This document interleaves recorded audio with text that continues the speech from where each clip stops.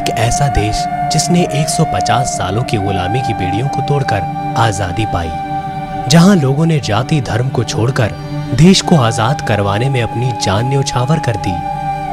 भारत कई धर्मों, संस्कृतियों, भाषाओं और नैतिक मूल्यों की प्राचीन धरती के रूप में पूरी दुनिया में समानता, सुरक्षा और न्याय सुनिश्चित करने के लिए सक्रिय भूमिका निभाता रहा है। मगर दुनिया का सबसे बड़ा गतिशील लोकतंत्र देश भारत अपने पुरोधाओं के सपनों को साकार बनाने में कामयाब ना हो सका और सामाजिक लोकतंत्र से दूर होकर विकास के नव उदारवादी जन विरोधी स्वरूपों के सामने झुकता चला गया। लेकिन आज आजादी के 65 वर्ष बाद भी इस लोकतांत्रिक देश में लोगों की अधिकतर अभिलाषाएं अधूरी हैं। जात पात की राजनीति करने वालों ने देश को अनेक हिस्सों में विभाजित कर दिया है, जिसके कारण अधिकांश जनसंख्या निर्धनता की शिकार है। आज देश के हालात पर निगाह डालने पर हर तरफ गैर बराबरी का मंजर दिखाई देता है।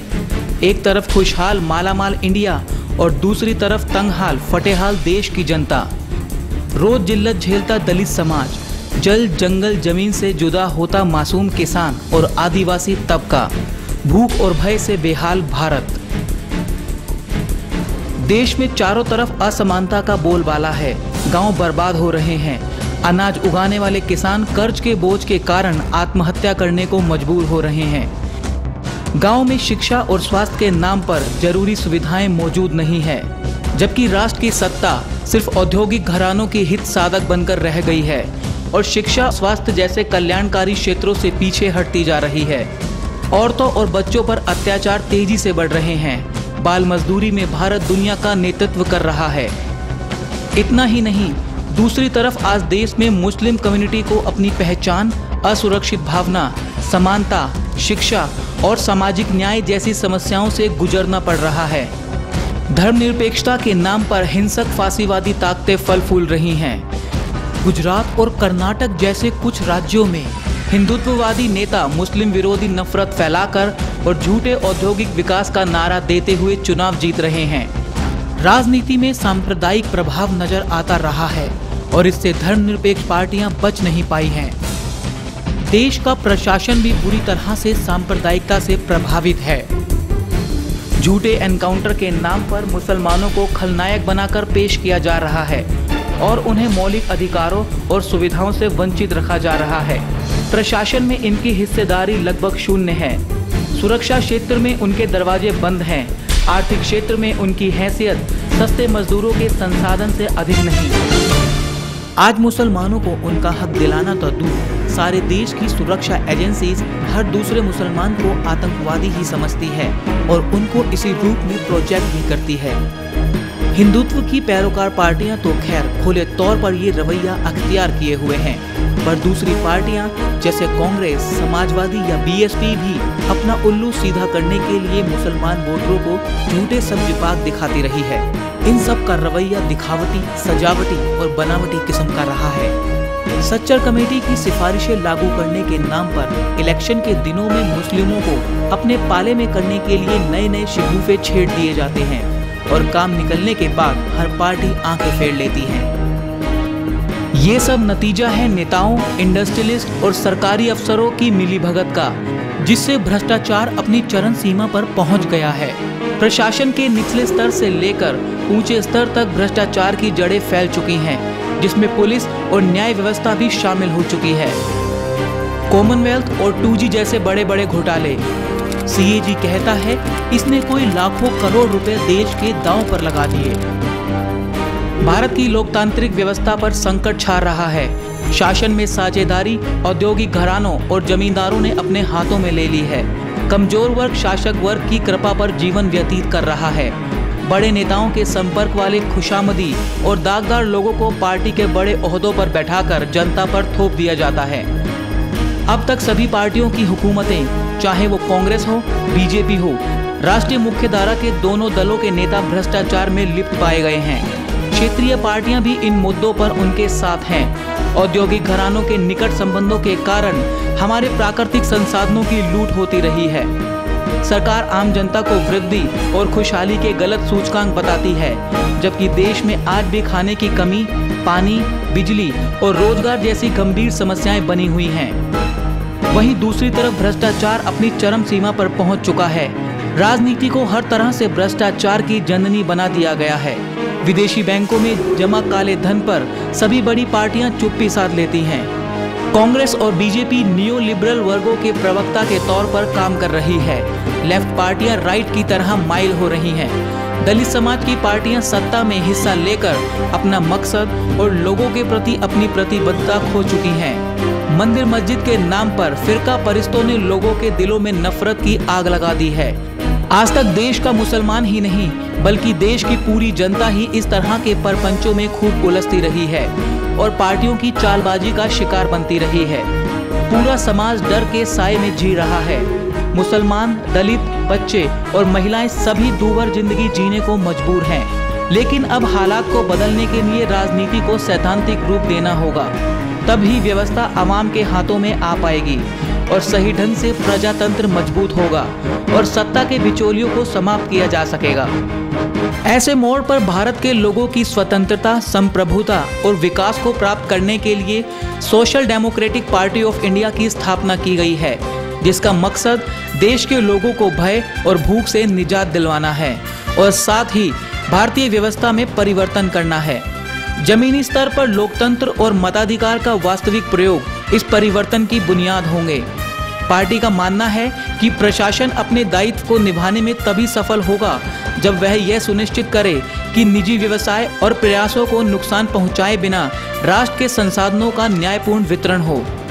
पार्टी सत्ता प्रतिष्ठानों से ये आग्रह करती है कि वह ऐसी तमाम नीतियों, योजनाओं और कार्यक्रमों को बंद करे जो आर्थिक विषमता को बढ़ावा देते हैं और ऐसे आर्थिक विकास को फलने फूलने दे जो न्याय के साथ हो।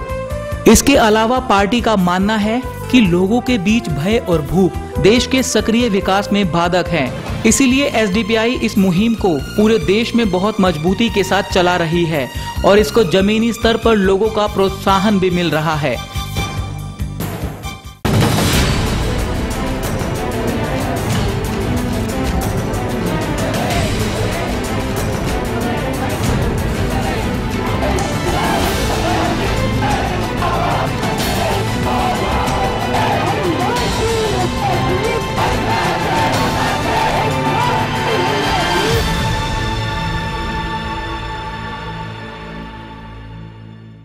गरीबों को और किसानों को नज़रअंदाज करके हमारा देश को आगे नहीं चल सकता। उनका हक हम ज़रूरी देना है। उनका बुनियादी जो नीड्स है ये हम देखना है। उनको हमारा हुकूमत में उनको हम हिस्सा देना है। हमारा देश का किसी भी समाज को नज़रअंदाज करके उनको गुलाम बन के हम आगे नहीं चल सकता। यह मैसेज है नक्सलिज्म द्वारा हमारा देश में। अब हम थोड़ा प्रैक्टिकल एजेंडा में है। अब हर एक इलाका में जाकर हमारा पार्टी मैसेज देना और ज़्यादा से ज़्यादा मुसलमानों को और दलितों को हमारे पार्टी में लाना और दूसरे भी है जो इंसानियत के लिए काम करने वाले ह्यूमन राइट्स एक्टिविस्ट है और ये फॉरवर्ड कास्ट में भी अब हमारा देश का पॉलिसी के खिलाफ सोचने वाले बहुत ज़्यादा अच्छे लोग हैं। उनको हमारा पार्टी में लाकर पार्टी को मजबूत करना, पार्टी मैसेज हमारा देश में पूरी तरह पहुंचाना, ये एक प्रैक्टिकल एजेंडा है।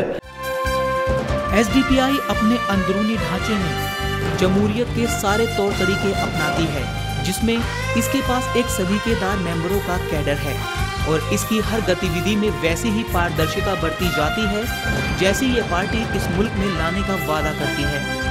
आज तक एसडीपीआई ने हर तबके की भूख और भय को पूरी शिद्दत से खत्म करने का प्रयास किया है और अपनी सतह पर देश की जनता के खिलाफ हुए हर जुल्म और सितम का जमकर विरोध किया है। देश के हर सूबे में विकास की दौड़ में पीछे छूटे हर आम और खास की आवाज बनकर उभर रहे हैं हम। गैर बराबरी और पूंजीवाद की हकीकत से जनता को हर वक्त रूबरू करवाने की जिम्मेदारी निभाई है। लोगों को उनका हक दिलाने के लिए एसडीपीआई की ओर से कई राज्यों में इलेक्शन में अपने कैंडिडेट भी खड़े किए गए और उन्हें सफलता भी मिली है। आज तक सभी पार्टियों द्वारा इस्तेमाल किए गए भेदभावपूर्ण फार्मूलों को दरकिनार करके एसडीपीआई नए बराबरी को बढ़ावा देने वाले मॉडल को अपनाएगी, जिसकी कुछ खास बातों से आपको रूबरू करवाते हैं।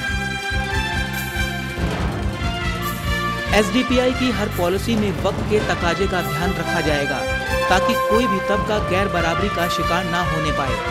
सबके लिए रोजगार और सारी सहूलियतों का बंदोबस्त करने की ओर ध्यान दिया जाएगा। जनता की राय ली जाएगी और उसका सम्मान भी किया जाएगा।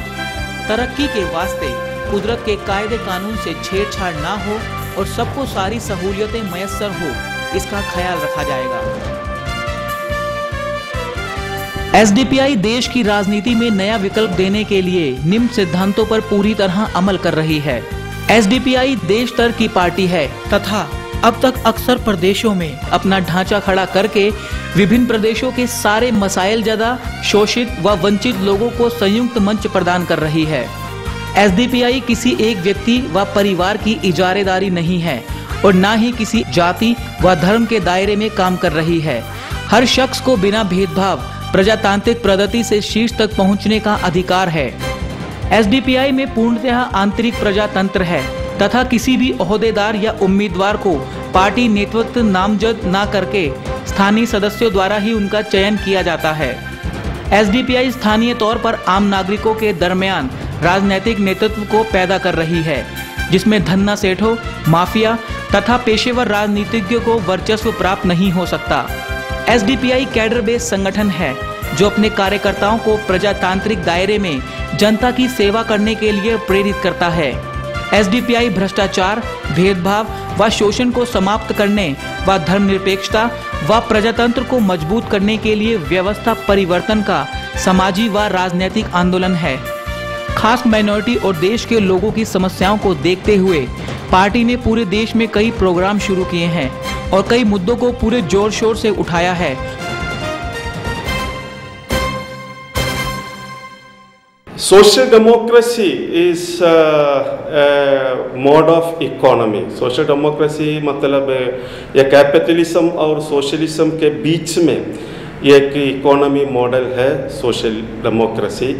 ये प्राइवेट प्रॉपर्टी के खिलाफ नहीं, लेकिन गवर्नमेंट कंट्रोल मार्केट में बहुत होना है और essential areas of life like education, health, roads and transport, electricity, इसमें गवर्नमेंट इन्फ्लुएंस होना है। यह है सोशल डेमोक्रेसी का बुनियादी प्रिंसिपल्स ये है। और अब हमारा ये देश में जो समाजों के ऊपर नज़रअंदाज हो रहे हैं, उनका तरक्की भी social democratic party of India का मकसद में है। हमारा देश को जो प्रिंसिपल्स, बुनियादी प्रिंसिपल्स जो हमको नुकसान हो गया है, ये वापस लाना है हमारा मोटिव है, सोशलिज्म, डेमोक्रेसी और सेकुलरिज्म। भय और भूख से आजादी। स्वतंत्रता प्राप्ति के 6 दशक बाद भी देश की अधिकांश जनसंख्या निर्धन है और अपनी दैनिक आवश्यकताओं की पूर्ति करने में असमर्थ है। झूठे एनकाउंटर के नाम पर मुस्लिमों के साथ दुर्व्यवहार किया जा रहा है। हिंदू मुस्लिम दंगों के नाम पर नेता अपनी राजनीतिक रोटियां सेक रहे हैं। समाज भय के साए में जी रहा है। लोगों को रोजगार की गारंटी नहीं है। आए दिन आम आदमी पर किसी न किसी तरह जुल्म हो रहा है, जबकि इससे भी बुरा हाल अल्पसंख्यक समुदाय का है, जिसमें मुसलमान और आदिवासी तबका भय और भूख की लड़ाई लड़ रहा है, जिनके पास ना कोई अपनी पहचान है और ना कोई किसी तरह की व्यवस्था। ऐसे में जनता के साथ होते इस दुर्व्यवहार को देखते हुए एसडीपीआई ने कई ठोस कदम उठाए हैं, जिसमें पार्टी का मुख्य एजेंडा है देश के लोगों को भय से आजाद किया जाए और पार्टी अपने इस एजेंडे पर काम भी कर रही है। साथ ही पार्टी की इस नीति को पूरे देश में प्रोत्साहन भी मिल रहा है।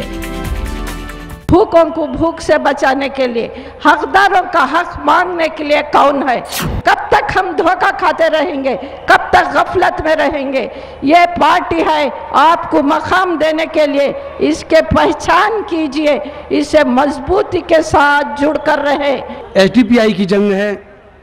ये जंग सिर्फ भूख से और खौफ से निजात दिलाने के लिए नहीं, बल्कि हिंदुस्तान की असली आज़ादी की जंग का ऐलान करना होगा। हमारा देश में गरीबी लोग बहुत ज़्यादा है, इनको नज़रअंदाज करके एक तरह का एक डेवलपमेंट बोलकर एक कल्चर बन रहा है अब हमारा देश में। जो गरीब है वे लोग ज़्यादा गरीब हो रहे हैं और वीकर सेक्शन को पूरी तरह नज़रअंदाज करके एक तरह का एक डेवलपमेंट मॉडल आ रहा है हमारा देश में। ये बहुत नुकसान लाएंगे हमारा समाज में। इसके खिलाफ ये फ्रीडम फ्रॉम हंगर ये नारा हम बोलते हैं।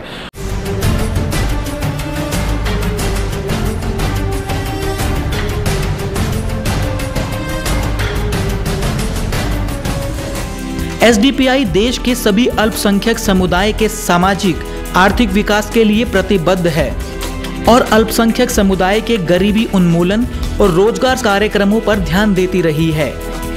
पार्टी का वचन है कि वह लोगों को शक्ति देगी और भारतीय आम नागरिक को भय और भूख से आजादी दिलवाएगी। आतंकवाद। देश में आतंकवाद की जड़ें अपने पैर पसार चुकी हैं। आए दिन होते आतंकी हमलों से जनता परेशान है, जबकि उच्च शासन वर्ग बस अपनी जेबें भरने में लगा है। जांच के नाम पर बस लीपापोती होती है। देश में लगातार बढ़ते आतंकवाद और सरकारी आतंक के खिलाफ एसडीपीआई हमेशा आवाज उठाती रही है। साथ ही सरकार के गैर जिम्मेदाराना रवैये को देखते हुए एसडीपीआई ने समय समय पर देश भर में धरना प्रदर्शनों और रैलियों के माध्यम से अल्पसंख्यकों के खिलाफ हो रहे अत्याचारों का भी पुरजोर विरोध किया है। नंदीग्राम, जैतापुर, गोपालगढ़, रुद्रपुर और प्रतापगढ़ में हुए दंगों का शिकार आम आदमी हुआ, जिसमें कोई ठोस न्याय नहीं मिल पाया है। भ्रष्टाचार के खिलाफ जंग। आज देश में पनप रहा भ्रष्टाचार अपनी चरम सीमा पर पहुंच गया है। देश में बनी सभी सरकारें इसको रोकने में नाकामयाब रही हैं, बल्कि उनके नेता ही इसमें लिप्त पाए गए हैं। आज संसद में भी कई सांसदों पर आय से अधिक संपत्ति रखने के मामले चल रहे हैं। ऐसे में आम आदमी के हितों को ध्यान में रखने वाली पार्टी एसडीपीआई हर कदम पर भ्रष्टाचार के खिलाफ आवाज उठा रही है। देश में भ्रष्टाचार को खत्म करना पार्टी के प्रमुख एजेंडों में से एक है। सरकारी कामकाज में हर लेवल पर होने वाले भ्रष्टाचार की जड़ें आज देश भर में फैल चुकी हैं। ऐसे में एसडीपीआई की इस मुहिम को पूरे देश में भारी समर्थन मिल रहा है और जनता का यही समर्थन अब दर्शाता है कि आम आदमी भ्रष्टाचार में लिप्त इस सरकार को उखाड़ फेंकना चाहता है। एसडीपीआई हमेशा जनता के सहयोग से धरना प्रदर्शन और रैलियों के माध्यम से सरकार की करतूतों के खिलाफ आवाज उठाती रही है। अब जो माहौल यहाँ हो रहा है हमारा पॉलिटिक्स में, करप्शन है, ये डिस्पैरिटीज है और कम्युनलिस्ट इन्फ्लुएंस है हमारा समाज में, ये सबका गुलाम बन गए हैं हमारा हुकूमत। हमारा पॉलिटिकल नेताओं इनके खिलाफ कुछ भी बोलने के लिए तैयार नहीं है, वे लोग इसके लिए ताकत वाले भी नहीं है।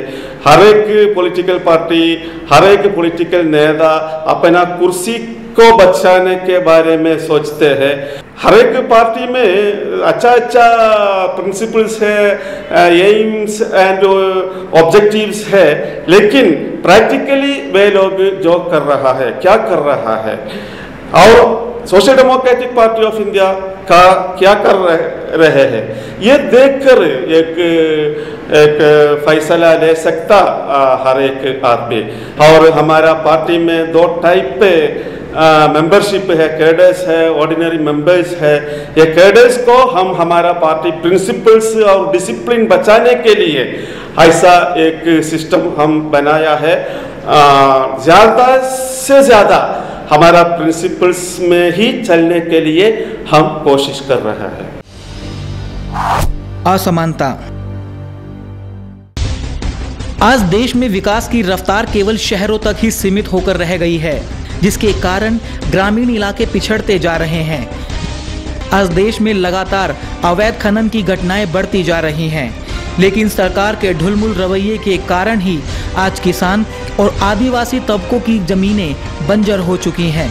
गलत नीतियों और लापरवाही के चलते अवैध खनन के जरिए करोड़ों का घोटाला किया जा चुका है, लेकिन वहां आसपास बसने वाले लोगों के विकास के लिए कुछ नहीं किया गया। असमानता के कारण ही देश में नक्सलवाद जैसी समस्या उजागर हुई है। देश में चारों तरफ भेदभावपूर्ण रवैया उजागर हो चुका है। एसडीपीआई अपने एजेंडे में शामिल देश के सभी ग्रामीण समुदाय के सामाजिक और आर्थिक विकास के लिए प्रतिबद्ध है और लगातार इस समुदाय के गरीबी उन्मूलन और रोजगार पर केंद्रित कार्यक्रमों पर ध्यान देती रही है। आज देश का किसान आत्महत्या के निकट है। नंदीग्राम, सिंगूर और ऐसे कई दूसरे क्षेत्रों से किसानों को निकालकर विशेष आर्थिक क्षेत्र बनाया जा रहा है, लेकिन एसडीपीआई की प्राथमिकता रही है कि वो आधुनिकीकरण के नाम पर किसानों की जमीन हथियाने वालों के खिलाफ खुलकर विरोध करे।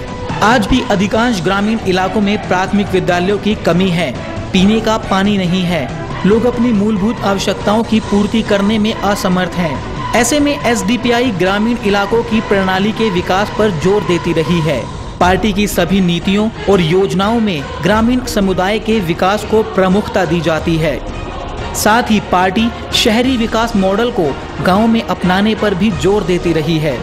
इसके अलावा पार्टी ग्रामीण क्षेत्रों में रोजगार को बढ़ावा देने के लिए समय समय पर अभियान चलाती रही है, ताकि गांव से शहरों में हो रहे पलायन को रोका जा सके। दलित और आदिवासी समुदाय के लोगों के उत्थान के लिए पार्टी कई विशेष नीतियों के तहत कार्य कर रही है, जिसका मकसद इस समुदाय को बेहतर जीवन देना है और साथ ही ग्रामीण क्षेत्रों को विकास की दौड़ में आगे ले जाना है।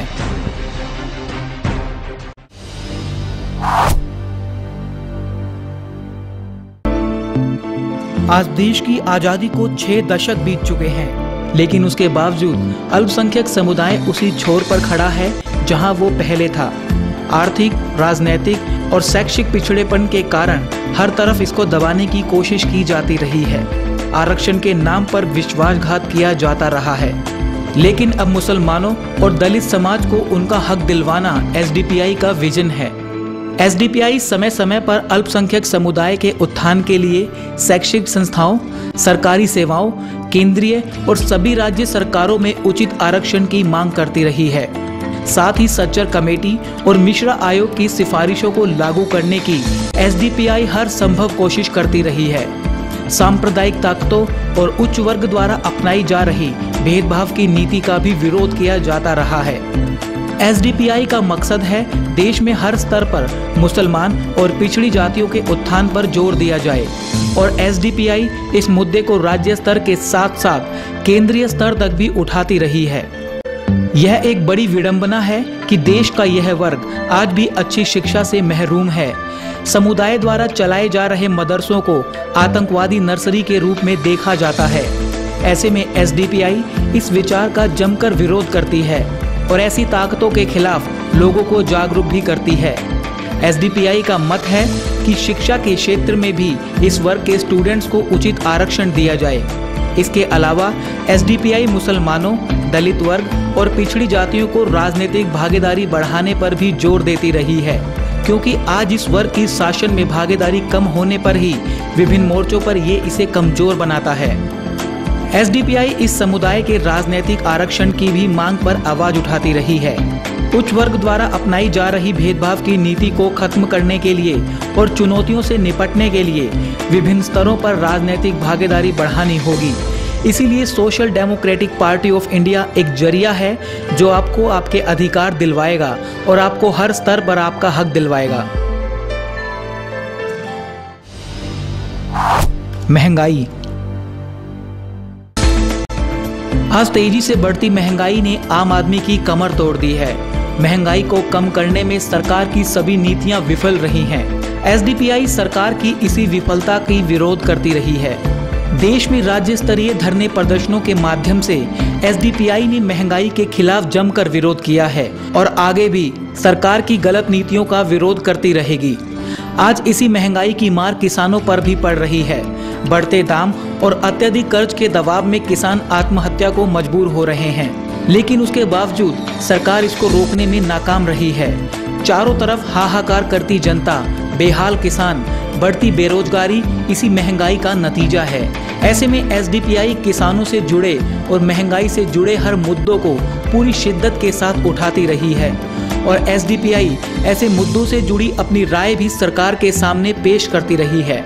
इसके अलावा सरकार की आर्थिक नीतियां भी महंगाई का प्रमुख कारण रही हैं।